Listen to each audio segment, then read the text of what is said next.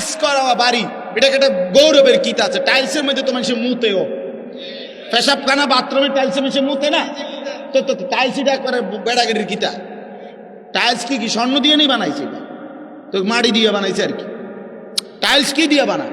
মাটি দিয়ে বানায়। এটার মধ্যে বড়াই করার কি আছে?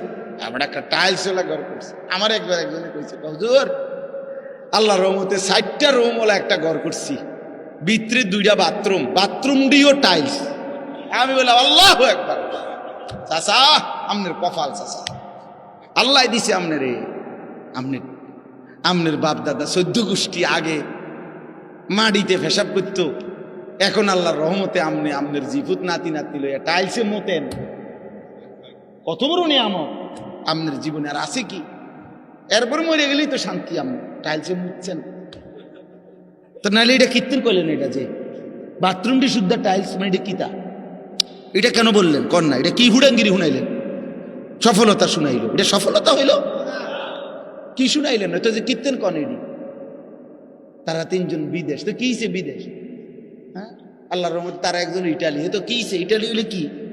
ইটালি হওয়া জীবনের সৌভাগ্য। হ্যাঁ, আমনের যদি 1 ফুট ইটালি থাকলে ভাগ্য হয়, তো ইটালি যারা জন্ম নিছে,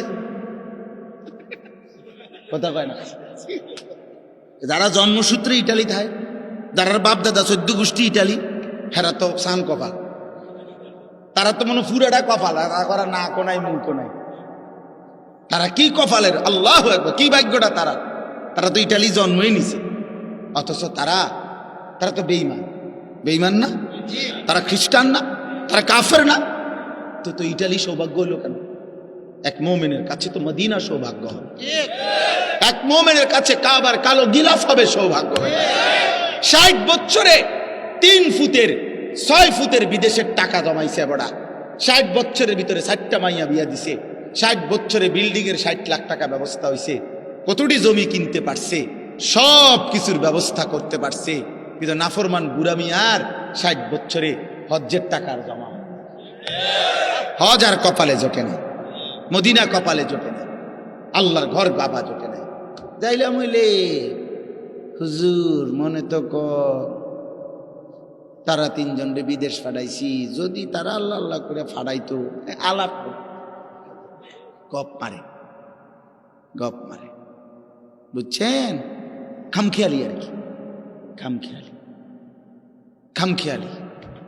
হজ কি একটা খামখেয়ালি ইবাদত? হজ একটি ফরজ ইবাদত।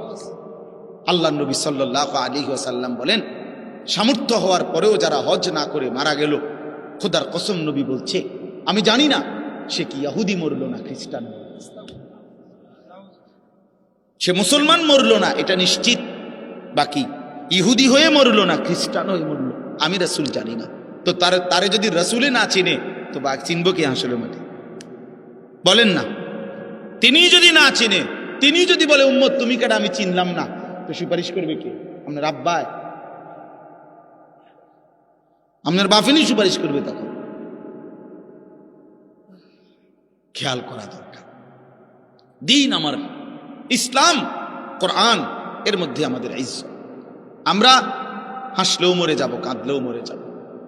বন্ধু আমার সুখে থাকলেও মৃত্যু হয়, দুঃখে থাকলেও মৃত্যু হয়। এই জন্য রাত গভীরে আমার অনুরোধ বাবাদের কাছে, চাচাদের কাছে, ছেলেরা তোমাদের কাছে, আমরা আল্লাহর দিকে ফেরা দরকার। ছেলেরা তোমাদেরকে আলাদা বলি, বাবা এশার নামাজ পড়লা না, ফজরের নামাজও পড়ো না, এই অবস্থায় রাত্রে শুইতে শুইতে মোবাইল দেখতে দেখতে নারী ছবি, উলঙ্গ নাচ গান দেখতে দেখতে যে ঘুমায় গেলা, শরীর তো বীর্যপাত হইছে হারাম দৃশ্য দেখলে, তো শরীরটাও তো নাপাক, সেজদাও দিলা না, নামাজও পড়লাম। আমার বাপ, যদি রাত আর ভোর না হয়, যদি আর ঘুম না ভাঙ্গে, যদি একটা বোমার আঘাতে তুমি উড়ে যাও, কি হবে তোমার? ইনসাফ করো, তোমার মৃত্যুটা কিসের উপরে হলো? তোমার আখিরি আমল কি হলো? যে যার কপালে একটা সেজদা নাই, যার শরীর নাপাক, যার শেষ আমল হইল নারী, মোবাইলের অস্থির দৃশ্য, এই অবস্থায় তোমার মৃত্যু হলো। ফিলিস্তিনের এই মজলুম মুসলমান কাউকে কি বলে কয়ে মৃত্যু হয়েছে কারো? অতএব দয়া করে ভাবতে শিখো। আমি নওজোয়ানের জন্য আলাদা ফিকির করি, আমার জিন্দিগির এটা মিশন। এই জন্য একটু বেশি বলি। অর্থ হলো আমি চাই যুবকের পরিবর্তন, মুসলমানের ছেলেরা বদলাবে ইনশাআল্লাহ। ইনশাআল্লাহ আল্লাহ তাআলা আমাদেরকে 3টা আমল দিছে। এই কথাটাই আমার শেষ। এই আয়াতগুলো পড়ছি শুধু সংক্ষেপে কথাটা বলার জন্য, বিস্তারিত তাফসীর করার জন্য। আল্লাহ আমাদেরকে 3টা আমল দিছে। আল্লাহ বলছে 3টা আমল আমারে বুঝায় দাও, আমি আল্লাহ ওয়াদা দিলাম হকের বিজয় আসবে। কয়টা আমল? 1, ফজর সহ 5 ওয়াক্ত নামাজ। আকিমিস সালাতা লিদুলুকিশ শামসি ইলা গাসাকিল লাইলি ওয়া কুরআনাল ফজর। এই বিস্তারিত ব্যাখ্যা করলাম, এই শুধু সংক্ষেপে আয়াতের অর্থ এটা। ফজর সহ 5 ওয়াক্ত নামাজ। 1 নম্বর আমল কি বলেন ভাই, বলেন ছেলেরা, বলো বাপ। ফজর সহ 5 ওয়াক্ত নামাজ। ফজরের নামাজে খোদার কসম মুমিনের বিজয়, কালেমার বিজয়, আল্লাহর কসম। এই পৃথিবীতে হকের বিজয় হবে, মাহাদির বিজয় হবে, দাজ্জালের পরাজয় হবে ফজরের মুসল্লি দ্বারা ইনশাআল্লাহ। ফজরের মুসল্লি ছাড়া, ফজর নামাজের সেজদা ছাড়া, তোমার ওই ব্যক্তিকে ছাড়া কালেমার বিজয় হবে না। এটা হাদিসের বক্তব্য। ফজরের নামাজ যেই নাফরমান পড়ে না, তোমারে দিয়ে আকামলা কোনো কাম হইতো না। তুই বাতে খাইবা, ওটা তুমি বনে খাইবা, বিড়িয়ে খাইবা, তুমি বেড়িয়ে চাইবা, মোবাইলে চাইবা, তুমি নর্তকী দেখবা। তোমার জিন্দিগি নাফরমানের জিন্দিগি এমনি এমনি শেষ হবে। আর এই মনে রাখো, এই বাদ কতক্ষণ খাইলে আর কি, আর মুতে ধরলে মুতে লাইলে আর কি, শেষ, কাম হইতো না। ফজর বিহীন, ফজরের সেজদা বড় দামি সেজদা। ফজর নামাজে ওয়াক্তকে বলা হয় ওয়াক্তুল ইনকিলাব। ফজরের নামাজের সময়টাকে বলা হয় পরিবর্তনের সময়। পরিবর্তনের সময় ফজরের নামাজের সময় রাত্রির সব ফেরেশতা জমিনের আসমানে ফিরে যায়।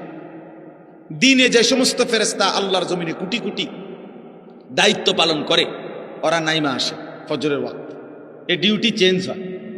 তো যারা ফিরে যায় সারা রাত ডিউটি করে ফেরেশতা, ওরা ফজরের নামাজ জামাতে পড়ে। আর যারা আসে ওরাও আইসা ফজরের নামাজের জামাত ধরে। একেবারে খোদার কসম, এটা হাদিস, আল্লাহর কসম, এটা রাসূলুল্লাহ সাল্লাল্লাহু আলাইহি সাল্লাম বলছে, তাজতামিউ মালাইকাতুল লাইল ওয়া মালাইকাতুন নাহার ফিল ফজর। রাত্রের ফেরেশতা দিনের ফেরেশতা ফজরের ওয়াক্তে একসাথে হয়। এজন্য ইন্না কুরআনাল ফজরি কানা মাশহুদা, এজন্য ফজরের ওয়াক্তে সম্মেলন।